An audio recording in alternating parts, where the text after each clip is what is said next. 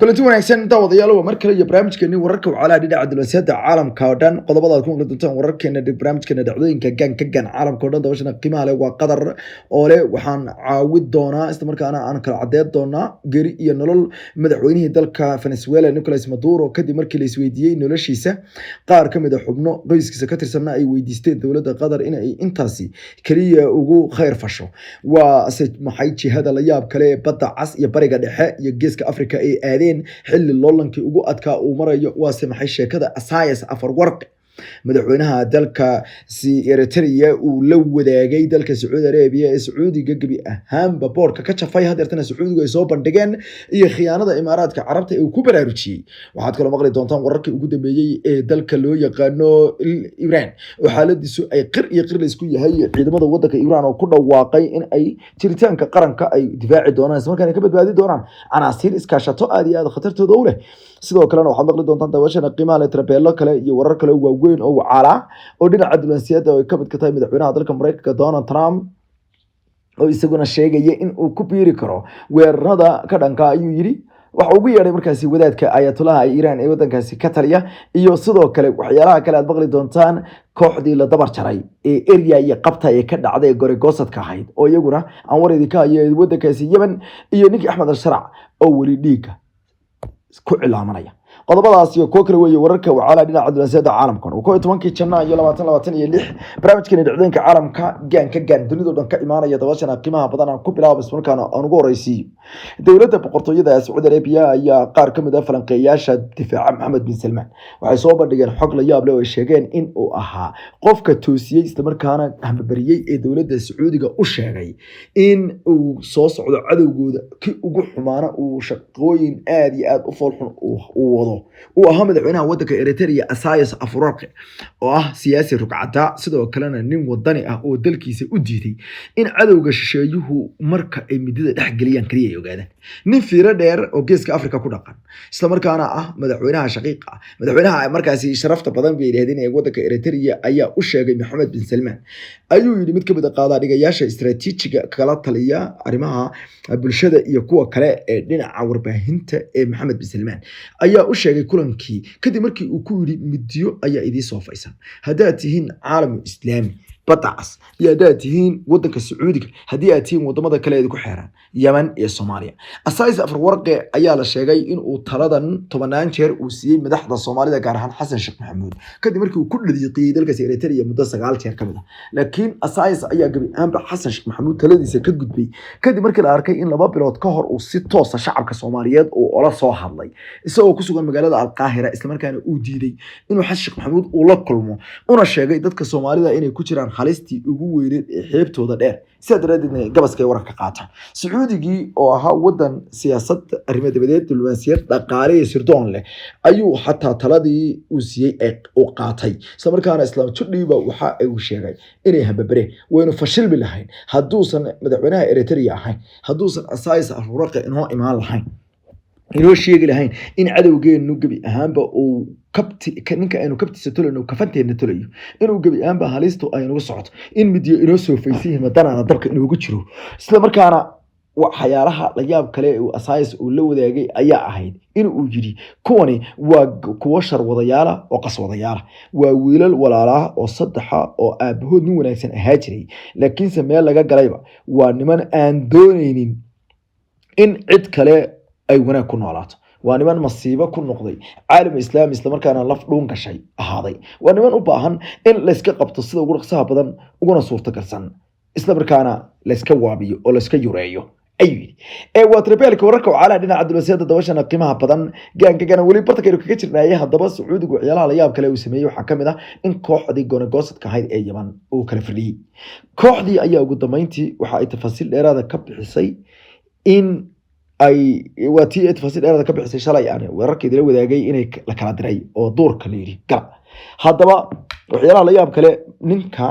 isagu go'aamada qaadanayay ila dowladda Sacuudiga waa taageero uune waxa uu ahaa hogaamiyaha ururka loo yaqaano ama ururkan la dhaho dabcan la dhaho hogaamiyaha madaxweynaha golaha madaxtooyada Yemen Presidential Leadership Council Rashid al-Alimi ayaa waxa uu sheegay in kooxdii ugu damayn la kala diray hadallo aan anigu horey u isticmaalay ayuu afkiisa ka yiri bal amarka ilaahay hadda daawatay barnaamijyadeen waxaan kugu yiri go'aan qaadashadu waa qayb kamid ah hogaaminta ninkaasi waa hogaamiye taag daran baa idinku yiri oo wadankiisa xitamaba joogay wuxuu ku shaqeeyaa xafiis ku yaala Riyaad laakiin muxuu haystaa sharciyad muxuu ka faa'iideystay sharciyadii ayuu firiyay wuxuu hadeerta yiri bal u dhagis sida uu u yiri ban ereygiisa TV-ga Carabiga wareystay qaybta Carabiga baka daawo horta marka horeysa reference ahaan wuxuu yiri waxaan sameeynaa go'aamo aad iyo aad u adag maalmihii dhawaa ayna dhaafay si aan u badbaadino muwaadiniinteena iyo sharafteena intii lagu guda jiray waqtigan waxaa muhiim ii ahaa in aan mas'uuliyadeyda guto isla markaana ballantii aan ku qaaday dhaarta aan fuliyo bal fiiri xigmadda ninkaasi ku hadlay fiiri waxyaalaha aan madaxweynaha ka dooranay madaxweynaha Soomaaliya waxaan ka dooranay waa inta moogti eg fiiri waxaad moodaysaa dadka inaan iska abaabulo eg fiiri wuxuu yiri أكثر وحيالي أن بلانتا أنقى قفك مسؤوليته وقاضو أو دارت كتابك أو أمره وإن فوليا مرة والبنا مسؤوليته مرة إن بيكوفلسه مرة إن بتفولي كرتها موقت مرة إن بتقبل كرتها يعني وحيري أنا مسؤوليتي أن قاضي أن سيد بحد أنا قاضي وأنا سيدي أن أبلان قاضي أن أفريه وايو وحيري وأنا بتباديو مواطنين من لماذا دلكين إيه شرفتين سأدرى هذا مركز من لماذا شرفتي دلك سوى صلاح إيه هبل إيه قبيلة إيه تحالف هبل إيه غير هبل بانو إسوادنا إيه هبل بان ما دوريا إيه محاته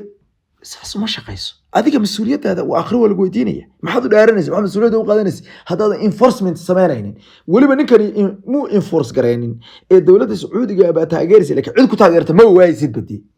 markaad adigu noqotid qof decisive ah oo go'aan qaadashadiisa leh alcaalami wuxuu yiri shacabka Yaman waxaan aan runtii aan ku mideeyay ayuu go'aan qaadashada shacabku waxay u midoobeen si dabiici ah markii madaxweynaha anigoo ah aan go'aan qaatay lugadaad hadalka kale bal u fiirso yani shacabka haday hogaamiyuhu uu ku matalo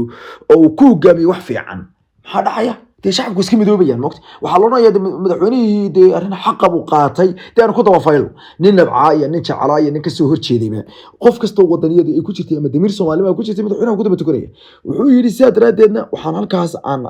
أركي إن أي بريوريتي كو نن أي سارين يعني وحي قبي أم مسقحو دي سوع لي ينبوري وحينا أي سارين مهمة درسية سيحد مضله أيوغو أشقينايا إن أي سوع لي دولة نمدي استمركانا أي كوري مادان تاس hadda waxaan doonayaa in aan iraahdo war aniga hal qolo kaliya ayaan leeyahay war ka tanaasula idinku afgambiga militariga samayseen oo qaata wada hadal laakiin wali weydiiday waa kuwaas xoutiintu ku dhaxdar waa xoutiinta yiri wuxuu sheegay in ay caddahay fariinta ay hayaan taasoo ah cid walba oo ka hor timaada midnimada iyo wada jirka dalka magacay doonto ha ahaato reerkay doonto ha ka dhalato gobolku doono ha ka soo jeedo diintu doono ha haysto midabku doono ha lahaado waxaa lagu qabanayaa ayuu yiri gacan bira waxaana ku qabanaya aniga kaliya maaha shacabka wanaagsan ee wadanka Yaman oo marnaba aan ogolayn in shisheeye intuu u yimaado Xadramawt iyo Almahra iyo Cadan uu la go'o ayuu yiri isla markaana uu inaga qabiil intuu inoo kala qaybiyo hubka isugu kandhiiba ayuu wuxuu sheegay in dawladdiisu dhammaan ay kun u guuri doonto dalkeeda hooyo dawladnimadana la gaarsiin doono xarun kasta wuxuu sheegay in degmooyinka la wareegay oo dhan barnaamijyo degdeg laga fuli doono kuwaas oo ah dibadhis iyo sidoo kale u soo kabasho wadanku uu gaari doono haddaba dhanka kale Axmed al-Sharci ayaa magaalada Caleebo sheegay inuu badankeedii qabsaday wuxuuna sheegay in qaar kamid ah ciidamada isdhiibi waayay ay ka dagaalamayaan deegaanka qaarkood afayeen u hadlay wasaaradda arrimaha gudaha ee kooxda Axmed al-Sharci Nuur al-Diin al-Baba ayaa sheegay in magaalada xaafadda istiraatiijiga ah ee Sheekh Maqsuud iyo aaga loo yaqaano Ashrafiya intuba ay hadeerto ay howlgallo saacadii ugu dambeeyay ahaa ay ku dhamaadeen waxa uu sheegay in ciidamada qaarkood ay ka baxeen kuwana isdhiibeen laakiinse inta badan kurdiyiinta oo iyagu ah dad hoolan oo dagaalka aad ka u yaqaan ayaa wali sii wada in ay iska caabiyaan waxay ugu yeereen kooxda madaxweynaha Mareykanka Donald Trump ayaa sheegay inuusan isagu rabin in dagaal halkaasi uu ka sii socdo dhiigana daadanaya in la joojiyo ayuu ku baaqay sababtoo ah labada kooxood ee istagaalaya labaduba madaxweyne Donald Trump ayay u shaqeeyaan ama dowladda Mareykanka ayay u shaqeeyaan. Nina waa ninka CIA da haajiray ee talada loo dhiibay. Ninna waa ninkii kooxna waa kooxdii dowladda Mareykanka ka barbar dagaalami jirtay. Sidaa daraadeedna arrintan ayaa u muuqata mid marka dambaysa sii qadhaadhanaysa oo sii darsanaysa. Dhinaca kalena wararka aan idin hayo waxaa kamid ah in dowladda Mareykanku ay ku dhawaaqday in ay xalay saqdi dhexe ay weerar aad u xoogan ay qaaday oo ku burburisay kooxda argagixisada yiraahdeyn ISIS Daesh halkaas oo ay sheegeen in ay ku dileen xubno taasoo wali sii daba socota in Mareykanku uu la daba heetinayo qaanta labadii askari ee Mareykanka ahaa ee lagu dilay magaalada Burma iyo waliba qofkii turjubaanka waaxda Mareykanka ciidanka US Central Command ayaa sheegay in weerarka dhacay uu ahaa mid bartilmaameedkiisu uu ahaa mar kale in dowladda Mareykanku ay dirto waxay ugu yeedheen the message aad iyo aad u adag qof kasta oo gabi ahaanba dadkanada cibaateeya waxaanu gabi ahaanba noqon doonaa kuwa dunida meesha doonaa ka aadee lala daba heetiyo xaqa dadka reer ay yiraahdeen Mareykan ee ka galeen sidaa daraadeedna Mareykanka oo taa oofinaya ayaa qaaday weerar dhabar jabin ah oo ay ku naafayeen kooxda argagixisada iyo Pentagon si kastay noqotaba dalka Liibiya dalka Suuriya ayaa waxa uu eegyahay in uu qaaday jid gabi ahaanba aad u darsanaya isla markaana u sii xumaanaya marka dambeysana lagu tilmaamay inuu noqon karo mid aan markaasi la dhayarsan karin dhibaatooyinka ka imaan karaan ay ahaan karaan baa leeyahay kuwo marka ka dameysa daba dheeraada haday noqoto aysan helin sida ugu dhaqsaha badan una suurta galsan cid ka samata bixisa iyo cid u keenta oo hogaamiye noqota wadanka Ukraine ciidamada wadanka Ukraine ayaa ku dhawaaqay in ay isku diyaarinayaan inay qaranka difaacaan kadib markii la ogaaday in boqolaal dad aan muwaadiniin ahayn oo u dhashay dalka Hindiya iyo sidoo kale u kala dhashay Afghanistan ay ka qayb qaadanayaan kicinta dadka iyo mudaharaadada boqolaal Maleeshiyada ayaa la sheegay in ay ibsaad iyo Mareykanka ay isticmaalayaan inkastoo hay'adda Mossad inta badan lagu eedeeyay ciidanka ilaalada kacaanka wadanka Iran ayaa ku dhawaaqay inay danaha qaranka ay difaaci doonaan magaalooyinka dhinaca bariga ayaa la sheegay ku badan yihiin dadka soo galootiga ah inay banaanbaxyadu ay ka dhacayeen hay'adda Mossad ayaa la sheegay inay dhaqaale aad u xooggan ay ku bixinayso taliyaha ciidanka Supreme Command in Chief ka loo yaqaano ayaa gorsii wareysay sheegay in go'aan lagu gaaray in goobaha istiraatiijiga ee wadanka la badbaadiyo sidoo kale Maleeshiyad iyo dadka iskaashanaya wax laga qabto korontada iyo qaybo ka mid ah internetka inta badan internetka ayaa dalka ka maqan banaanbaxyada ayaana u ekaa kuwa si qaraadhanaya madaxweynaha Mareykanka Donald Trump ayaa sheegay in uu la jiri doono dadka ayuu yidhi Iran waxay raadinayaan xornimo taasoo weligeed ilaheed aan dhicin dowladda Mareykanka waxay diyaar u tahay isla markaana ay heegan ay ugu jirtaa inay caawiso iyo barta Truth Social uu ku soo qoray madaxweynaha dalka Mareykanka isagoo cadaynin qaabka ay Iran dadka ku banaanbaxaya u caawi doonaan ilaalada kacaanka wadanka Iran ayaa dhinaca kale waxay qireen in ay xirxireen xubno ay sheegeen inay ahaayeen basaasiin iyadoo sidoo kalena ay sii socoto qabqabashada ay yiraahdeen dad shisheeye kalkaal ah kuwaasoo la arkayay iyagoo qiranayo oo waa nala khalday ee hana la cafiyo bariga dhexe iyo wadamada ku yaala bariga Afrika iyo kuwa ku xeeran barta caalamiga ee Baabalmandab ayaa la sheegay inay wajihi doonaan toddobaadada soo socda iyo bilaha soo socdaba xaalado aad u waaweyn qaar kamid ah wadamada ayaa qaada dhigaya in ay jiri karaan qorshayaal ay dowladda Sacuudiga doonayso inay ka hortagto ay kamid tahay in ciidamada Israa'iil ay sabada dhigtaan magaalada Berbera iyo sidoo kale dowladda istiraatiiji ah kadib markii si rasmi ah Israa'iil iyo dadkii uu ahaa garwadeenada Imaaraadka si rasmi ah looga saaray wadanka Yemen dowladda Sacuudiga ayaa la sheegay in marka Yemen ka soo jeesato inay bilaabi doonto olole aad u xooggan oo Soomaaliyana laga xoreynayo isku taga Imaaraadka Carabta iyo dadka Maleeshiyadka kale wata warar uu qoray wargeyska Middle East Monitor ayaa waxay sheegayeen in ay soo socoto mid tuba ku ilowga taasoo ah in dowladda Sacuudigu Mareykan ay waranka iyo gabaska u sidato in Baabalmandab badda cadmeed badda cas iyo sidoo kale dhulka istiraatiijiga ah ay ku daadiso wax loogu yeeray markaasi ciidamo lama garan doono in madaxweyne Xasan Sheekh Maxamuud mas'uuliyadda la saari doono waayo dad badan ayaa sheegay in la aaminsan yahay in madaxweynaha dowladda federaalka Soomaaliya uusan karti u lahayn in uu ka soo dhalaalo waajibaad lagu caawiyana uu la yimaado taasoo ah mar ka dameysa mid qalaala karaysa waa trabeelka wararka wacala dhinaca diblomaasiyadda washana qiimaha badan waa gaan caalamka oo dhan waa si kasta iyo wararka ugu dambeeyay xogihii dhinaca diblomaasiyadda ee aan fiiriyo ee dabashada qiimaha leh dalka Venezuela madaxweyne Donald Trump ayaa sheegay markii ugu horeysay howlgalkii ugu dhibka badnaa uguna naxdinta badnaa ee intuu madaxweyne noqday labadiisii madaxweynaadba uu galo wuxuuna ku tilmaamay in uu ka baqayay in arrintu ay dhinaca kale isku bedesho oo khasaare uu ka yimaado arrimahana sidii la isku saaray shaxda oo dhan ay noqon weydo madaxweyne Donald Trump ayaa sheegay in uusan gamin habeenkii oo dhan intii howlgalku soconayay ilaa uu arkay natiijadii oo dhamaatay ciidamadii Mareykanka soo wada samata baxay iyo sidoo kale dadkii meesha loo aaday oo la soo lasoo qabqabtay wuxuuna ku tilmaamay inay taasi ahayd mid kamid a arrimihii ugu waaweynaa ee in dhoweyto taariikhda soo mara ayuu yidhi. dhanka kalena sida ay wararku ay sheegayaan dowladda qatar ayaa markii ugu horeysay sheegtay inay ka shaqeyn doonto inay keento cadaynta nolosha ee madaxweynihii dalka Venezuela Nicolas Maduro iyo xaaskiisii marwadii koobaad ee dalkaasi. amiirka dalkaasi ayaa waxa uu goorsii horeysay uu sheegay in uu ka jawaabayo dalab ka yimid dowladda Venezuela oo ay kaga codsatay dowladda Qatar inay ka caawiso taas. amiirka dalka Qatar Amir Tamim Hamad Thani ayaa sheegay in dowladdiisu ay ka taageeri doonto Caracas arrintaasi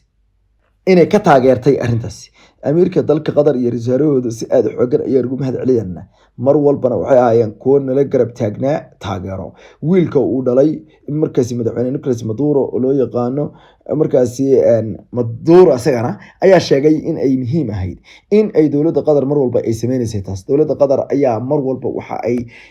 ka taageerisay dowladda dalkaasi inay u sheegto xaaladda meeshaas uu marayo. haatan madaxweyne Maduro ayaa la sheegay in uu ku xidhan yahay xabsi Brooklyn ku yaala. kumanaan kun oo qof ayaa iyaguna ku banaan baxaya magaalada Stockholm ee xarunta dalka Sweden kuwaasoo ka banaan baxaya isla markaana ka biyadiidan sida loola dhaqmay ayaa la yidhi ama loola dhaqmay waddanka Venezuela iyo in shidaalkiisa la qaato taasoo madaxweyne Donald Trump uu sheegay inay tahay sida kaliya ayuu yidhi ee lagaga hortagi karo waxa uu ugu yeedhay markaas in khasaare weyn uu kasoo gaadho dalka Mareykanka howlgallada mustaqbalka ee halka ka dhici doona. dadka reer Greenland ayaa iyaguna sheegay inay aad iyo aad uga cabsi qabaan dhibaatooyinka ku imaan doona haddii uu dagaal isku bedelo gacan ka hadal ah arrimahaasi. dadka reer Greenland ayaa u muuqda kuwo marmar ka dameysa qaadaya tallaabooyin ayaa la yidhi ay isku diyaarinayaan xaaladdu say noqon doonto iyadoo la sheegay inay arrintu ay sii xumaa karto farahan ay ka bixi doonto. xogayaha arrimaha dibadda Mareykanka Marco Rubio ayaa la kulmi doona mas'uuliyiinta dalka Denmark toddobaadkan soo socda Isniinta bilaabo doona si ay uga wada xaajoodaan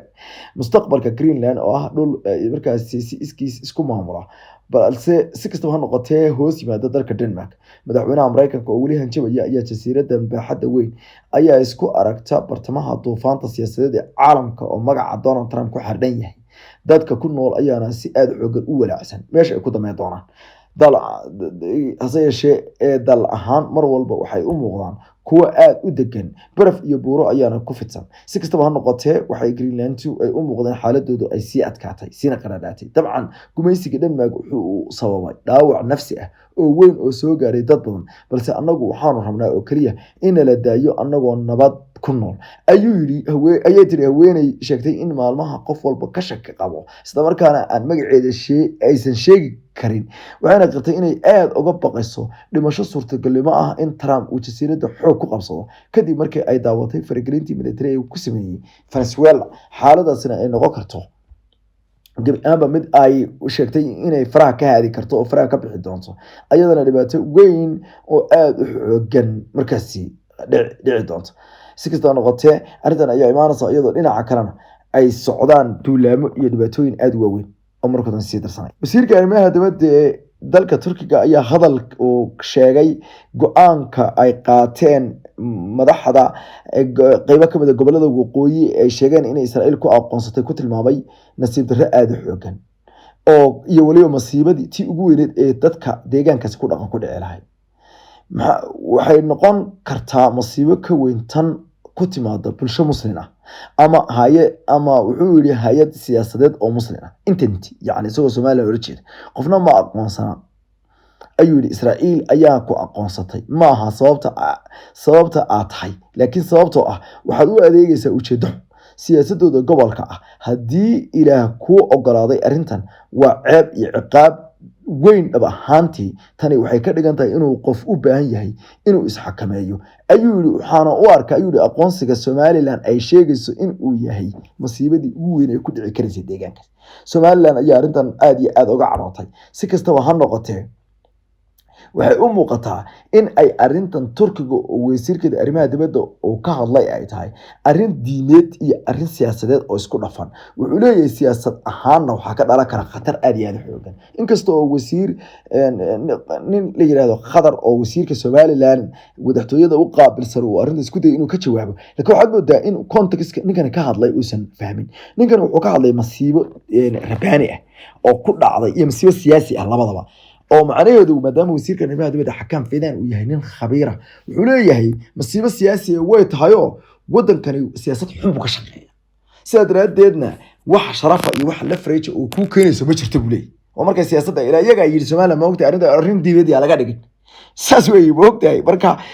qofku waa inaad fahantaa meesha ka imaanayo markaas jawaab sax ah sii kartaa marka waa inaad tiraahdaa haddaad jawaabayso inaad tiraahdo Israa'iil waxbaan ka faa'iideeyay oo masiibo ma aha saas ku fiican tahay wadal sharaf leh oo wadal dimuqraadiyo halka waa inaad la martaas jawaabtaada ma ogtahay because wuxuu kugu yiri waa wax laga faa'iideeyo ma jirto wuxuu yiri waa laga faa'iideeyo ma isticmaalay wuxuu yiri waa masiibo siyaasi ah markaad siyaasadda ka eegto sababta wuxuu leeyahay Israa'iil ma waxay ku calaamadsan tahay siyaasad ahaan xasuuq dil boob dhac cunaqabatayn janqayn dil caruur kufsi intaas ku calaamadsan tahay macnaha saas ku leeyahay markaas siyaasad ahaan adiga dadka qof hebel kaale isla sawire qofka sharaf weynaad ku tuhmaysaa Soomaa saas kala waa markii siyaasad waqti wuxuu yiri dhinaca diiniga haddana uu ka eegay labada qodob wuxuu yiri dhinaca diinigaana wuxuu ku tilmaamay waa wax macnaha ayuu yiri ka careysi kara Ilaahay ayuu yiri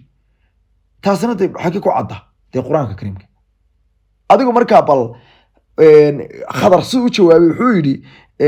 ninkii khadar Xuseen Cabdi wuxuu jawaabay waa wax la yaabo waxa la yaabaa in 35 sano kadib ay iska indhatirayaan dadkeena iyo qadiyadaheena in dawladda Turkigu si lama filaan u ogolaatay muhiimadda istiraatijiyadeed ee Soomaaliya waxa ka sii niyad jab badan in garashadani ay si rogtay wuu cadaawad run fudud ayaa mid taagnaanaysa kani waa dhulkeena xasan sheekh maxamuud sharciga awood midna uma laha inuu halkan idin keeno laakiin waxaanu leenahay sharciga awood aanu ku marti qaadno saaxiibadeen lugadiis Somaliland dadka u hadlaya fiiri ninkani context ninkan ka hadlay kama hadlo ninkan wuxuu ku leeyahay xasan sheekh maxamuud idima sameey karo anagu saasan sameey karo adigu Israa'iil baad keentay ma buu ku yiri ninkani laakiin waa masiibo kugu dhacday buu kugu yiri bal marka si cadaalad u hadalo labada ninka ba Soomaaliya marka ay fiiri Soomaalida dadka political spectrum inuu ku jira arag this is one misunderstanding asagu bal hada wuxuu ku faanaya Hargeysa iyo Burco iyo Berberaan dad keeni kara dawad keeni kartaa boosasaba waa la keenay xamarba waa la keenay meel walba waa la keenay wad keeni kartaa ninna waa u diidi kartaa yes inta lagu diidana laakiin arrintan aad samaysayba waxa lagu yiri waa masiibo hadda dadka qaadka cunaa maxay isku sameeyaan waa masiibo isisiyaan Soomaa arrintaasi haddii qofka qaadka cunaad ku tirado niyo naftaada hadilin wad ila qaadka saga haysta adoo wuxuu ka bedeli kartid dad tirado waa masiibo waa inuu ku xaraaqi karaa hadduu doono sida ninkan hadda uu xanaaqay laakiin se kugu qanci karo waa masiibo ma soo dad khadar wuxuu sameeyay arrintii lagala hadlay kamuu hadale waxbaan keeni karaa iyo hebelidiba keeni karaa iyo waxaas ka hadlay yes xasan sheekh maxamuud Hargeysa ma geey karo Turkiga I agree with you oo kugu raacsan laakiin this is not the point ku kan ma point ku waa maxay walaal point ku waxa weeye arrintan waa la aqoonsaday Israa'iil baa aqoonsatay waa masiibo kugu dhici lahayd kugu oo aad isku riday dhinaca diintan wuxuu kugu yiri waa arrin xagga maartay sheegane xagga diintan uu ka hadlo labada qodob ka hadlo waxa tiraahdaa masiibo igu dhacday maahe waa barako oo waa khayr oo Israa'iil waa wadan barwaaqaysan waa wadan dimuqraadiya xuquuqda insaanku ilaaliya dalal kale wiike bal waxa sharax taa ka hadla tan ilaahina waxa tiraahdaa teema quraanka beenin ma maxay tiishay waxaad beenin baxaad sameey kartaa taana kaga jawaabaysa ila ninka labada arrimood oo kala hadla waxaanad moodaa inuu hadalkii ninkan sirdo bay leeyihiin hadaladii isku difaacayeen baad moodaa intuu soo wada koobay inuu laba narrative ku soo koobay oo dadka waxaad ku tiraahdeen wadaadada aad u yeedheen iyo kulli waxaad ku tiraahdeen arrintan waa arrin siyaasadeed arrin diimeed ma arrintii siyaasadda uu ka hadla arrintii diinta uu ka hadlay labadaba isku dara so anigu siyaasadda iyo diinta meel ku kala baxsan yihiin ma jirtaba Mareykanka madaxweynaha hadda hadlayay oo yiri weerarka labaad ee arrimaha diinta lagu difaacay ayaan Nigeria ku qaadan lahaa wadanka Mareykanka oo dhan baa kristaanimada dib loogu celinaya oo dadku diintooda inay dib ugu noqdaan baa laga shaqeynaya oo diintooda adduunku diintu dib ugu soo noqonaya oo aad iyo aad baa loo xoojinayaa in kaniisadihii lagu noqdo oo dadku ay cibaadaystaan oo gabdhuhu is asturaan baa hadda laga hadlaya oo talaalada la joojiyo oo caruurta dhalmadooda la badiyo baa laga hadlaya marka bal adigu adduunkee la socotaa adduunkee ayaa la socotaa bal adduunka la socotid ii sheeg amana